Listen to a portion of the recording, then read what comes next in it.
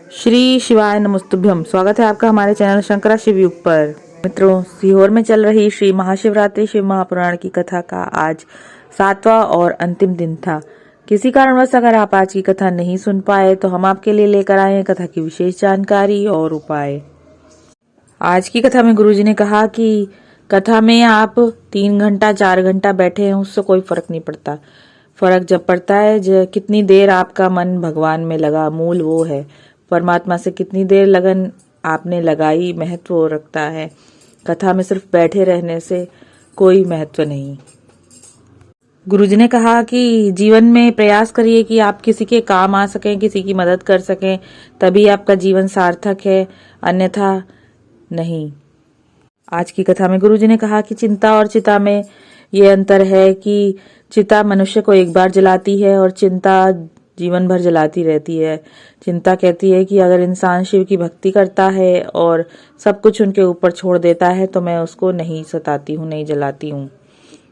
गुरुजी ने कहा कि ठोकर लगने से 2 चीजें समझ में आती हैं। एक तो मार्ग में बाधाएं कितनी हैं और दूसरा कि आपको संभालने वाले लोग, आपको मदद करने वाले लोग कितने लोग हैं। आज की कथा में गुरुजी ने कहा कि विश्वास दृढ़ रखिए भोले पर। जो लोग यहाँ आए थे उनको विश्वास था, उन्होंने धैर्य से कथा सुनी और इसका उनको फल मिला। सभी भक्तों से उन्होंने कहा कि आपको फल मिला या नहीं, तो सभी ने हर हर महादेव के नारे लगाए। आज की कथा में गुरुजी ने कहा कि श्री शिवाय नमस्तुभ्यम कहने वाले, बोलने वाले व्यक्ति के मुख का केवल दर्शन करने से मनुष्य के सारे पाप समाप्त होकर उसे अश्वमेध यज्ञ का फल प्राप्त होता है। शिव महापुराण की कथा में, जो गीता प्रेस गोरखपुर की शिव महापुराण की कथा है, उसमें ऐसा लिखा है। वो गुरुजी ने कहा कि ये उनके नहीं, शिव महापुराण के वाक्य हैं। आज की कथा में गौरव जी का पत्र आया था। उन्होंने बताया कि उनकी शादी 2011 में हुई थी। 11 साल हो गए थे लेकिन संतान प्राप्ति का सुख प्राप्त नहीं हुआ था। फिर किसी ने उनसे कहा कि शिव की कथा सुनो, तो उन्होंने शिव जी की कथा सुनी, तुमरुका जी का उपाय किया था और पशुपति व्रत भी किया। उन्होंने बताया कि 3 महीने भी नहीं बीते थे कि उनकी पत्नी का गर्भ ठहर गया और भोलेनाथ की कृपा से पुत्र रत्न की प्राप्ति हुई। आभार व्यक्त करने के लिए कथा पांडाल में आए थे। आज की कथा में संगीता जी का पत्र आया था। उन्होंने बताया कि उन्होंने मंदसौर में कथा पांडाल में मंदोदरी शिव महापुराण की कथा सुनी थी। उन्होंने बताया कि उनका बेटा कई साल से सीए का एग्जाम दे रहा था लेकिन वो क्लियर नहीं कर पाता था, हर बार रह जाता था। फिर उन्होंने शिव महापुराण की कथा सुनी थी और अपने बेटे से कहा था कि फिर से एक बार आप तैयारी करो। तो उन्होंने फिर से तैयारी करी, भोलेनाथ पर विश्वास रखा और भोलेनाथ की कृपा से उनके बेटे ने सीए का एग्जाम क्लियर कर लिया। आभार व्यक्त करने के लिए कथा पांडाल में आई थी।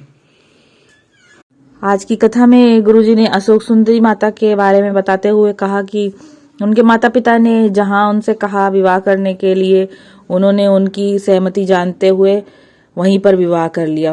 उन्होंने सभी बेटियों से निवेदन किया कि उनके माता पिता उनके लिए सब कुछ करते हैं, अपना जीवन, धन और अपना समय सब व्यय, पूरा जीवन अपने बच्चों के लिए निकाल देते हैं, तो अपने माता पिता को कन्यादान का अवसर अवश्य प्रदान करें। आज की कथा में एक पत्र आया था। उन्होंने बताया कि 10 फरवरी को उनके बेटे का एक्सीडेंट हो गया था, वेंटिलेटर पर आ गया था उनका बेटा। डॉक्टर ने कहा था कि कुछ दिनों बाद वो वेंटिलेटर से भी हटा देंगे। तब उन्होंने हेडफोन पर अपने बेटे को शिव महापुराण की कथा सुनाई। भोलेनाथ की कृपा से बेटा उनका धीरे धीरे ठीक होने लगा। आभार व्यक्त करने के लिए वो रतलाम से सीहोर पैदल चलकर आए थे। आज की कथा में एक महिला ने माइक पर बताया कि उनके पति को कोरोना हो गया था। फिर उन्होंने शिवजी पर जल चढ़ाना प्रारंभ किया और उनके पति धीरे धीरे ठीक होने लगे। आभार व्यक्त करने के लिए कथा पांडाल में आई थी। आज की कथा में अंत में गुरुजी ने सभी को नमन किया, मीडिया को और प्रशासन को, की व्यवस्था इतनी बिगाड़ने की कथा में गुरुजी ने कहा कि ये दुनिया की पहली जगह होगी जहां लोगों ने अन्न को बर्बाद नहीं किया। एक दाना भी अन्न का बर्बाद नहीं हुआ। इसके लिए गुरुजी ने सभी को साधुवाद दिया। आज की कथा में गुरुजी ने बताया कि समुद्र मंथन में सबसे पहले गौ माता निकली थी।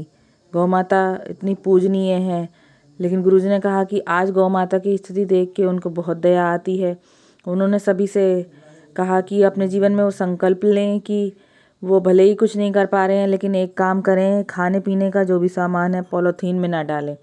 ये जीवन में अपने संकल्प लें, क्योंकि जब गौ माता खाने पीने की चीज़ों के साथ पॉलीथीन खा जाती है तो कैंसर जैसा भयानक रोग उनको हो जाता है और उनका जीवन ही समाप्त हो जाता है। तो ये थी आज की कथा की विशेष जानकारी और उपाय। आशा करती हूँ कि वीडियो आपके लिए उपयोगी रहा होगा। हर हर महादेव।